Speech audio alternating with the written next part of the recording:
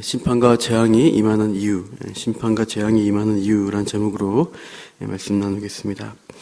지난주 화요일 날 여러분들 뉴스를 보셨으면 검색어에 이제 익산 지진이라는 검색어가 많이 떴어요.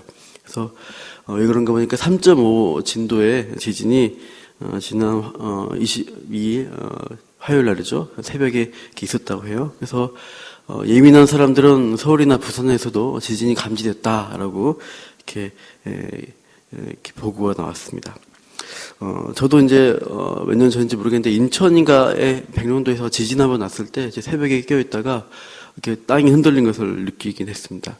그래서 이제 우리나라도 지진 안전지대가 아닌 것이 안전지대가 더 이상 아니지 않느냐, 위험할 수 있지 않냐라는 그런 이야기도 있습니다. 1755년 11월 1일입니다. 지금부터 한 250년 전에 포르투갈의 리스본이라는 대도시가 있습니다. 이 해안 도시에 이제 오전에 대지진이 일어나게 됩니다. 역사에 기록되어 있는 지진이고 아침 9시 40분에 지진이 발생합니다. 그래서 6분간 지진이 되면서 그 다음에 이제 해일이 그 해안 도시에 덮치게 돼요. 그래서 그 피해가 12,000채의 집이 파괴되고요. 또 그 지진 이후에 이제 여진들 계속 오면서 6일 동안에 6만 명 이상이 6분간 지진이 왔고 그 6일 동안 통계 보면은 6만 명이 죽게 됩니다.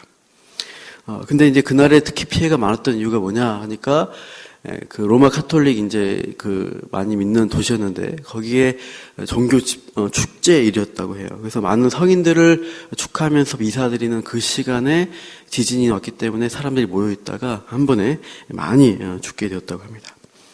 그래서 그 예배드리는 경건한 시간에 왜 하나님이 사람들 죽게 했느냐 이렇게 이제 의문을 갖게 되었고 그 비극이 일어난 원인이 뭐냐 이제 있었을 때 그 당시 이제 17세기 신교 구교의 싸움이 있었습니다. 서로 이제 우리가 개신교잖아요. 근데 지금 로마 카톨릭 구교라고 하고 이제 서로 이제 대립을 하고 좀 전쟁도 있고 했었어요. 근데 이제 이 포르투갈 리스본은 로마 카톨릭 지키는 도시였고요. 개신교였던 영국인들은 리스본의 대다수가 카톨릭 교도였기 때문에 하나님이 심판했다라고 이제 평가했습니다. 그러나 리스본에 있던 그 도시의 카톨릭 성직자들은 우리가 도시에 일부 남겨놓은 개신교 이단자들이 있어가지고 하나님이 그들 때문에 심판이 온 거 아니냐 이렇게 해석을 했다고 해요.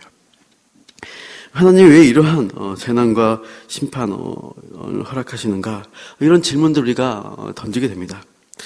우리 2004년도에 쓰나미가 일어났을 때도 이렇게 동남아에 일어났을 때 굉장히 많은 사람들이 20만 명 이상이 돌아가셨어요. 그때 왜 일어났냐 질문들이 참 많았어요. 어떤 이제 목사님은 그들이 무슬림이기 때문에 하나님이 심판 내리셨다 이런 얘기도 하기도 했어요. 그런 재앙에 대한 답변이 요엘 선지의 서지를 통해서 우리가 볼 수 있지 않을까 생각이 드는데요. 1절을 보시면 선지자 부들의 아들 요엘에게 임한 여호와의 말씀이라고 시작을 하고 있습니다. 이 요엘서의 말씀은 선지자가 스스로 한 말이 아니라 하나님이 영감으로 주신 하나님 말씀이다. 이것을 밝히고 시작을 하고 있습니다.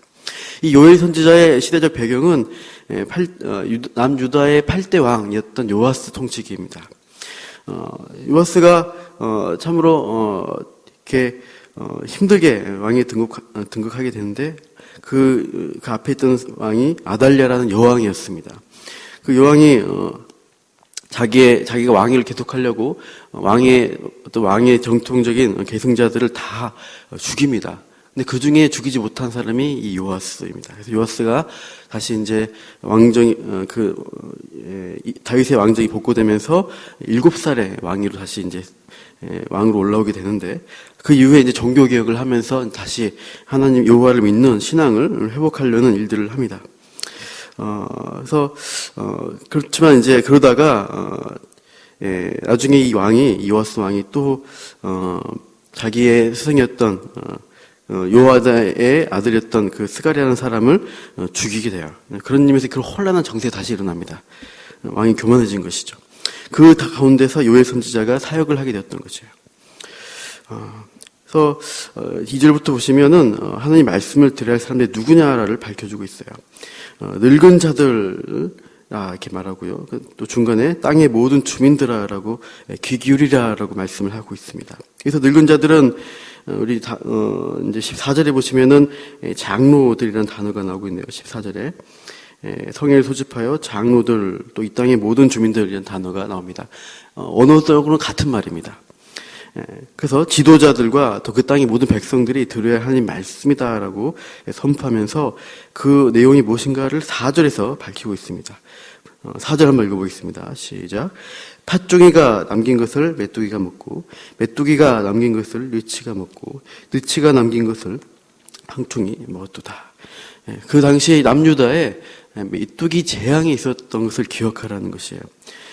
정확하게 어떤 기록인지는 알 수 없으나 아마 유다 사회에 있어서 전례 없는 어떤 재앙으로 메뚜기 떼의 공격이 있었던 것 같습니다. 그래서 메뚜기 떼를 4가지로 이렇게 말하고 있습니다. 팥종이, 메뚜기, 늪, 황충이라고 말씀하는데 이게 메뚜기의 성장하는 과정에서 작은 메뚜기에서 점점 큰 메뚜기로 성장하면서 이들이 먹는 게 달라진다고 합니다.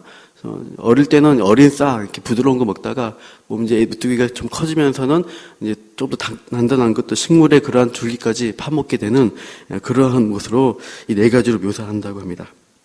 그래서 이들이 그 이후에 보시면 포도나무를 깎아먹는데 벗겨서 하얗게 말려버리는 그런 모습으로 묘사가 되는데 그러한 메뚜기의 거침없이 모든 것들을 먹어버리는 상황들을 기억하라고 말씀하고 있어요. 그래서 그 결과 어떻게 됩니까? 5절 보시면은 제일 먼저 그 식물로부터 먹는 포도주 마시는 사람들이 당장 그게 끊기게 되는 것입니다. 그래서 취한 자들, 포도주를 취한 자들이 어떻게 됩니까? 그것을 먹을 수가 없는 상황이 오게 될 것이다. 포도나무가 말라버리기 때문이다라고 합니다. 또 11절에 보시면 농부들이 어떻게 됩니까?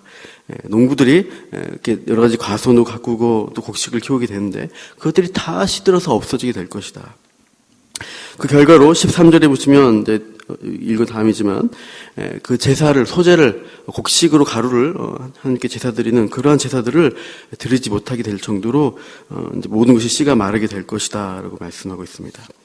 이런 재앙 앞에 이제 기도하고 통에 자복하라는 말씀으로 이제 이후에 등장하게 됩니다. 그래서 14절에 보시면은 금식일을 정하고 성회를 소집하여 여호와 하나님께 부르짖으라 슬프다 여호와의 날이 가깝다라고 선포하시고 있어요. 그래서 이 당시의 사람들이 이럴 수 있는 거죠. 왜 언약 백성들을 하나님 백성들이 이렇게 어렵고 고난 가운데 내버려 두십니까? 왜 이런 참혹한 일이 제사도 드리지 못한 일이 있어야 합니까? 라고 질문을 하게 되었을 것이에요. 우리도 이 땅에서 일어나는 재앙들을 볼 때 그렇게 탄식하며 기도해야 합니다. 그때 하나님이 경고로서 기도하라, 회개하라라고 주시는 경고의 말씀입니다. 우리 2장 12절을 한번 보겠습니다. 내일 모레 볼 말씀인데요. 2장 12절 한번 읽어보겠습니다. 2장 12절 시작. 여호와의 말씀에 너희는 이제라도 금식하고 울며 애통하고 마음을 다하여 내게로 돌아오라 하셨나니 하나님은 돌아오라라고 말씀하십니다. 이 재앙을 2장에도 보시면은 여호와의 날 재앙, 군사적 재앙을 말하고 있습니다. 이 재앙을 당하고 다 죽게 되었다고 할 때 하나님 마지막에 정말 하고 싶은 말씀은 돌아오라, 마음을 찢고 돌아오라 이 말씀을 하시는 것이에요. 재앙 앞에 너희들이 하나님을 다시 붙들어야 한다라고 말씀하시고 있어요. 경고의 말씀인 것입니다. 성경은 구원에 관한 책입니다. 구원받기 위해서 너희들이 어떻게 해야 되느냐 할 때 항상 성경은 경고를 먼저 주십니다. 너희들은 죄인이다. 죄인들은 지옥에 가고 죽을 수밖에 없는 심판받는 자들이라는 것을 하나님 분명히 지적을 해주십니다. 그 다음에 우리가 복음으로 나아가게 됩니다. 그래서 모든 선지서들은 항상 초반에 심판과 경고의 메시지가 나오고 있습니다. 그 다음에 회복의 메시지가 등장하게 되죠. 출애굽기의 10가지 재앙도 그런 메시지가 있다고 할 수 있습니다. 이래서 9가지 재앙은 여러 가지 피, 개구리, 이, 파리 여러 가지 재앙들이 나와요. 근데 사람들이 그것을 겪으면서 몸이 아프고 고통을 겪고 여러 가지 불편을 겪게 됩니다. 그런데 마지막 재앙은 뭔지 아십니까? 9가지 재앙과 10번째 재앙 차이가 있는데 10번째 재앙은 죽음의 재앙입니다. 죽게 됩니다. 그 전까지는 몸의 고통과 어려움을 겪는 거였는데 10번째 재앙은 죽음으로 바로 하나님이 치시는 것을 보게 됩니다. 가벼운 재앙들, 목숨을 위협하지는 않지만 고통스러운 재앙들을 통해서 이들은 무엇을 보게 됩니까? 아, 심판이 다가오는구나. 이러다 죽을 수도 있겠구나 하는 두려움을 갖게 됩니다. 그리고 10번째 재앙의 특징은 그전에는 이스라엘과 애굽 사람들을 구별했습니다. 땅을 구별했습니다. 그러나 10번째 재앙은 그렇게 구분하지 아니하고 그 문에 어린 양의 피가 발려있느냐 발려있지 않느냐 그 안에 그것을 가지고 구별을 했고, 피가 있는 집은 그 재앙이 넘어가게 되고 피가 없는 집은 죽음의 재앙이 임하게 되었던 것이에요.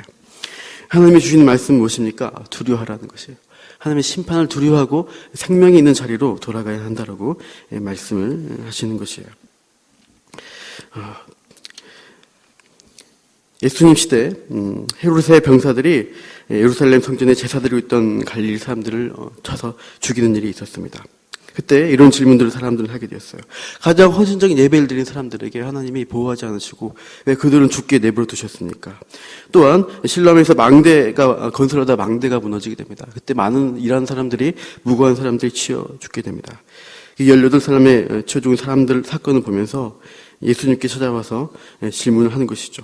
왜 그들이 죽어야 했습니까? 왜 그들이 그러한 예상치 못한 재앙을 당해야 했습니까? 그때 예수님은 이렇게 말씀하십니다. 너희는 이 갈릴리 사람들이 이같이 해 받음으로써 모든 갈릴리 사람보다 죄가 더 있는 줄 아느냐?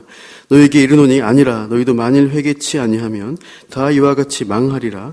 또 실로암에서 망대가 무너져 치어 죽은 18사람이 예루살렘에 거한 모든 사람보다 죄가 더 있는 줄 아느냐? 너희에게 이르노니 아니라 너희도 만일 회개하지 아니하면 다 이와 같이 망하리라. 하나님은 이 말씀, 예수님은 경고로, 하나님의 경고로 우리에게 보여주시는 어떤 방금 메시지로서 이 사건을 말씀하고 있습니다. 우리 시대에도 여러 가지 재앙의 소식들이 끊임없이 나와요. 그것은 우리에게 경고의 말씀으로 그 듣는 자들이 회개하라, 하나님께 돌아오라라는 메시지입니다. 우리가 이것을 기억하시면서 참 여러 가지 어려운 일을 보실 때 더 우리가 하나님 붙들고 하나님께 돌아가는 일들을 우리가 삼고, 또 하나님 긍휼을 베푸신 그 하나님 바라보면서 많은 사람에게 복음을 또 나누며 전하는 또 삶을 사시기를 축원합니다. 기도하겠습니다. 하나님, 요엘 선지자 시대에 여러 가지 재앙이 있었고, 또 하나님은 또 모든 사람이 또 심판당할 심판의 메시지를 선지자를 통해서 선포하셨습니다. 그러나 하나님 마음은 다 죽이는 것이 목적이 아니요, 그 죽음을 맞닥뜨린 자들이 하나님께 돌아와 회개하고 구원받기를 원하셨습니다.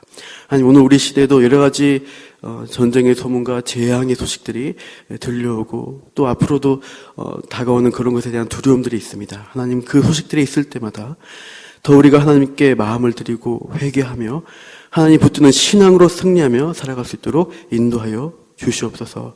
오늘 하루 살아갈 때 그렇게 마지막 때를 살아가는 자의 마음으로 하나님 우리가 순종하며 살아가도록 인도하여 주시옵소서. 감사하며 예수님 이름으로 기도합니다. 아멘.